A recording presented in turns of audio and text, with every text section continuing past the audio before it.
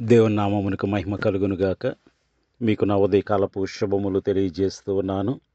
April 29వ తేదీ 2026 సంవత్సరము బుధవారము.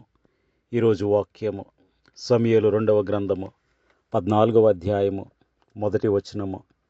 రాజు అబ్షాలోము మీద ప్రాణము పెట్టుకొని ఉన్నాడని సెరూయా కుమారుడైన యోవాబు గ్రహించి, దేవుడి వాక్యము ద్వారా నేడు మనతో మాట్లాడి, మనము దేవుని యొక్క మనస్సు కలిగి మనము క్షమించేవారముగాను, దేవుని యొద్దకు అనేక మందిని నడిపించేవారముగాను జీవించే కృప దేవుడు మనలో ప్రతి ఒక్కరికి దయచేయనుగాక. ఆమేన్.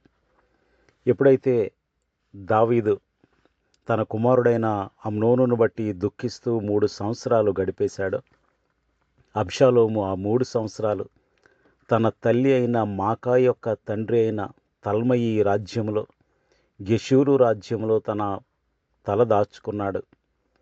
ఈ అధ్యాయము 13వ అధ్యాయం యొక్క కొనసాగింపు. పరిశుద్ధ గ్రంథములో దావీదు అతని యొక్క జీవితం తెరిచిన పుస్తకం వంటిది. ఆయన గొప్ప భక్తుడు మాత్రమే కాదు కానీ, మనలాగే బలహీనతలు, కుటుంబ సమస్యలు ఎదుర్కొన్న ఒక తండ్రి. 13వ అధ్యాయంలో జరిగిన విషాదకరమైన సంఘటనలను ఒక్కసారి మనం జ్ఞాపకం చేసుకున్నట్లయితే, అమ్నోను పాపం చేశాడు. తామారును భయంకరంగా అవమానించాడు. దానిని బట్టి అబ్షాలోము అమ్నోనుపై పగ పెంచుకున్నాడు. ఈ విషయాలన్నీ దావీదు కుటుంబాన్ని చిన్నభిన్నం చేశాయి. ఈరోజు మనం చదువుకున్న వాక్యము, అబ్షాలోము పారిపోయి 3 సంవత్సరాలు అయిన తర్వాత దావీదు తన మనసు యొక్క పరిస్థితిని వాక్యం తెలియజేస్తూ ఉంది. ఆ వాక్యం ఏమని ఉంది అంటే, రాజు అబ్షాలోము మీద ప్రాణము పెట్టుకుని ఉన్నాడు. ఒకప్పుడు తనను శిక్షించాలని, పట్టుకోవాలని ఆలోచించిన ఈ రాజు తండ్రిగా ఇప్పుడు మరలా తండ్రి యొక్క ప్రేమను బట్టి అబ్షాలోము మీద ప్రాణం పెట్టుకుని ఉన్నాడు. ప్రియ సహోదరుడా, సహోదరి, ఇది కొద్ది దినములైన తర్వాత తండ్రిగా దావీదు యొక్క వేదన తెలియజేస్తూ ఉంది. ఈ 13వ అధ్యాయంలో, అనగా ముందు అధ్యాయంలో, అబ్షాలోము తన సోదరుడైన అమ్నోనును చంపి గెషూరుకు పారిపోవడంతో ముగుస్తుంది. అయితే ఒక తండ్రిగా దావీదు యొక్క వేదన మనకు అర్థమవుతూ ఉంది. అమ్నోను చనిపోయాడు, ఇక తిరిగి రాడు. అబ్షాలోము దూరమయ్యాడు. దావీదు హృదయం తీవ్రమైన సంఘర్షణలో ఉంది. అబ్షాలోముని శిక్షించాలి, కానీ తండ్రిగా అతనిని ప్రేమిస్తున్నాడు. ఈ సందిగ్ధమే దావీదును మౌనంగా ఉంచింది. ఒకవైపు న్యాయం, మరి ఒకవైపు తండ్రి యొక్క ప్రేమ. రాజుగా శిక్షించాలి, తండ్రిగా ప్రేమించాలి. అయితే ఈ విషయాన్ని యోవాబు గమనించాడు. దావీదు యొక్క మనసును అతని మేనల్లుడు, అనగా దావీదునకు సహోదరి యొక్క కుమారుడైన ఈ యోవాబు, అతని సైన్యాధిపతి గ్రహించాడు. యోవాబు దావీదుకు కేవలం సైన్యాధిపతి మాత్రమే కాదు కానీ, రాజు హృదయ స్పందనను ఎరిగిన వ్యక్తి. దావీదు పైకి ఏమి చెప్పకపోయినా తన కుమారుని మీద ఉన్న గొప్ప ప్రేమ, వాంఛ యోవాబుకు అర్థమైంది. దావీదు యొక్క మౌనమైన వేదనను ఈ యోవాబు అర్థం చేసుకోగలిగాడు. అమ్నోను మరణం పట్ల దావీదు ఓదార్పు పొందాడని 13వ అధ్యాయం 39వ వచనం 2వ సమూయేలు గ్రంథం తెలియజేస్తూ ఉంది. కానీ ఇప్పుడు అబ్షాలోము లేని వెలితి అతడిని వేధిస్తూ ఉంది. ప్రియ సహోదరుడా, సహోదరి, ఈ వచనం దేవుని హృదయాన్ని కూడా ప్రతిబింబిస్తుంది. జాగ్రత్తగా, నిశ్చితంగా, లోతుగా మనం పరిశీలించినట్లయితే అబ్షాలోము పాపి. అతడు నరహంతకుడు. తన సహోదరుని చంపినవాడు దోషి. అయినప్పటికీ తండ్రి అయిన దావీదు హృదయం అతని కోసం పరితపిస్తుంది.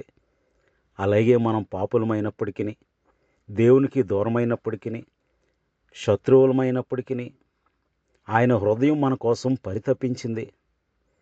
ప్రియ సహోదరుడా, సహోదరి, యోవాబు ఏ విధంగా ఒక ఉపాయం పని అబ్షాలోమును తిరిగి తీసుకురావడానికి ప్రయత్నం చేస్తూ ఉన్నాడో, మన జీవితాల్లో కూడా మన ప్రభువును రక్షకుడైన యేసుక్రీస్తు అంతకంటే గొప్ప మధ్యవర్తిగా ఉండి తండ్రికి మనలను తిరిగి చేర్చాలని ఆయన శిలువపై తన ప్రాణమును పెట్టాడు.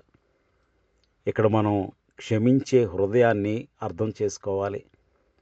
మనకు వ్యతిరేకంగా తప్పు చేసిన వారు లేదా మనకు దూరమైన కుటుంబ సభ్యుల పట్ల మన వైఖరి ఎలా ఉంది? వారిని క్షమించగలుగుతూ ఉన్నామా? వారి మనసును అర్థం చేసుకోగలుగుతూ ఉన్నామా?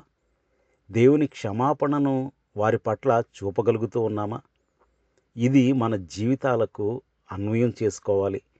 క్షమించే హృదయం మనలో ఉందో లేదో ప్రియ సహోదరుడా సహోదరి, మనలను మనం పరీక్షించుకుందాం, ప్రశ్నించుకుందాం. దావీదులాగే మన మనసు కూడా సమాధానం వైపు చూస్తుందా? అయితే మనం మౌనాన్ని వీడాలి. దావీదు అబ్షాలోము కోసం పరితపించిన, తండ్రిగా ఎంతో ఆలోచించిన, స్వయంగా పిలవటానికి వెనకాడాడు. ఇది అబ్షాలోములో పగను మరింత పెంచింది. ప్రేమను వ్యక్తపరచడంలో ఆలస్యం చేస్తే అది విషమవుతుంది. ఎదుటి వ్యక్తిలో పగను మరింతగా పెంచుతుంది. అందుకనే సందర్భోచితమైన జ్ఞానము కలిగి యోవాబులాగా మనం కూడా ఇతరుల హృదయ వేదనను గుర్తించి వారిని దేవునితో లేదా వారి కుటుంబ సభ్యులతో కలపటానికి ప్రయత్నించే ప్రయత్నం మనం చేయాలి. మనం సమాధానకర్తలుగా ఉండాలి. ప్రియ సహోదరుడా సహోదరి, సమాధానమును వెతికి దానిని వెంటాడుడి అంటుంది వాక్యం. సమాధానపరచువారు ధన్యులు, వారు దేవుని కుమారులు అనబడతారు అని కొండ మీద ప్రసంగంలో ప్రభువైన యేసు బోధించారు. మన ప్రభువైన యేసు కేవలం మాటల మనిషి కాదండి. ఆయన బోధించిన సమస్తమును క్రియలలో చూపించారు. అందుకనే సమస్త మానవాళిని తండ్రి అయిన దేవునితో సమాధానపరచటానికి ఆయన శిలువలో బలియాగమయ్యాడు. మరి ప్రియ సహోదరుడా సహోదరి, నీవు క్షమించగలుగుతూ ఉన్నావా? నిన్ను ప్రేమించేవారి మనసు ఎరిగి జీవించగలుగుతూ ఉన్నావా? వారి మౌనం వెనుక ఉన్న బాధ, వారి మౌనం వెనుక ఉన్న తపన, వారి మౌనం వెనుక ఉన్న హృదయ ఘోష నువ్వు అర్థం చేసుకోగలుగుతూ ఉన్నావా? అన్ని సమయాలలో అందరూ తమ బాధను వ్యక్తపరచలేరు. కానీ కుటుంబ సభ్యులముగా, రక్త సంబంధికులముగా, వారితో దశాబ్దాలుగా కలిసి జీవిస్తున్న వారముగా మనం అర్థం చేసుకోకపోతే ఇంకెవరు అర్థం చేసుకుంటారు? మనం ధైర్యపరచకపోతే ఇంకెవరు ధైర్యపరుస్తారు? మౌనంగా ఉన్నప్పుడు కూడా హృదయాన్ని అర్థం చేసుకోవటమే అసలైన ప్రేమ. కాబట్టి ప్రియ సహోదరుడా సహోదరి, ఒక్కసారి నీ కుటుంబంలో, నీ సంబంధ బాంధవ్యాల్లో, నీ జీవితంలో ఎవరైనా అలా మౌనంగా వేదన పడుతున్నారా? హృదయ సంఘర్షణతో ఇబ్బంది పడుతున్నారా? దిగులు చెందుతూ ఉన్నారా? మౌనంగా ఉన్న వారి హృదయం ఎంతో వేదనతో మునిగిపోయిందేమో. నువ్వు అర్థం చేసుకోకపోతే, దేవుని క్షమాపణను పొందుకున్న నీవు అర్థం చేసుకోకపోతే, దేవుని ప్రేమను ఎరిగిన నీవు అర్థం చేసుకోకపోతే ఇంకెవరు అర్థం చేసుకుంటారు? యోవాబు చూడండి, రాజు మౌనంగా ఉన్నాడు, కానీ అతని మనసు అబ్షాలోము మీద దావీదు ప్రాణము పెట్టుకుని ఉన్నాడని దావీదు యొక్క సహోదరి అయిన సెరూయా కుమారుడైన యోవాబు గ్రహించాడు. మరి అటువంటి గ్రహింపు, ఆత్మీయ గ్రహింపు నీకున్నదా? ఎంత గొప్ప మనసు కదా ఇది! మౌనంగా ఉన్న అతని హృదయ వేదనను అర్థం చేసుకునే స్థితి. ప్రియ సహోదరుడా సహోదరి, నీ జీవిత భాగస్వామి అంతకుముందు ఎంతో చక్కగా, చలాకీగా, సంతోషంగా, సంబరంగా ఉన్నవారు ఎందుకు మౌనంగా అయిపోయారో, దేని విషయమై ఆలోచిస్తూ ఉన్నారో, ఏది వారి హృదయాన్ని ఇబ్బంది పెడుతూ ఉందో, ఏది వారి హృదయాన్ని కలిచివేస్తూ ఉందో, ఏది వారిని గాయపరిచిందో, ఏ విధంగా వారి హృదయాన్ని తెప్పరిల్ల చేయొచ్చో, ధైర్యపరచొచ్చో, ఆదరించొచ్చో ఒక్కసారి ఆలోచించు. యోవాబు దావీదు హృదయాన్ని గ్రహించాడు. అందరి హృదయాలను గ్రహించటం అది సాధ్యం కాదు.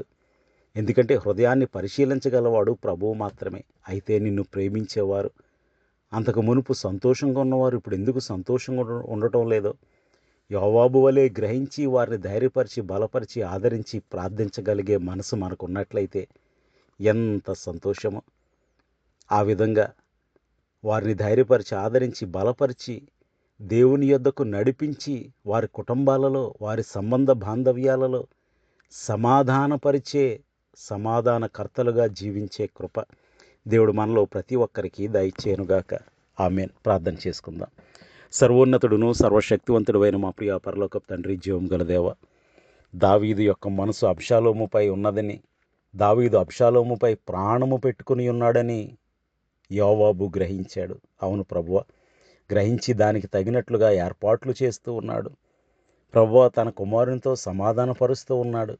దావీదు మాటలాడలేని మాటలు అతనిని పురికొల్పుతూ ఉన్నాడు. ఏమీ పర్వాలేదు, పిలువు అన్నట్లుగా. మేము కూడా ప్రభువా, మా చుట్టూ ఉన్నవారి మనసులను ఎరిగి ప్రవర్తించేవారముగా, వారి మౌనం వెనక ఉన్న దుఃఖాన్ని, బాధని, వేదనను, ఆలోచనను గ్రహించి దానికి తగినట్లుగా సమాధానపరిచే కృప మాలో ప్రతి ఒక్కరికి దయచేయండి. మెట్టుగు మమ్మలను తండ్రి అయిన దేవునితో సమాధానపరచడానికి ప్రభు అయిన యేసు చేసిన త్యాగమును ఎరిగిన వారమై దానికి తగినట్లుగా జీవించే కృప మాలో ప్రతి ఒక్కరికి అనుగ్రహించమని సమాధానకర్త అయిన యేసు నామములో స్తుతించి వినయముగా వేడుకొనుచున్నాము తండ్రి. ఆమెన్. మీ అందరికి నా వందనములు. ప్రభు పరిచర్యలో మీ సహోదరుడు దిలీప్ బాబు.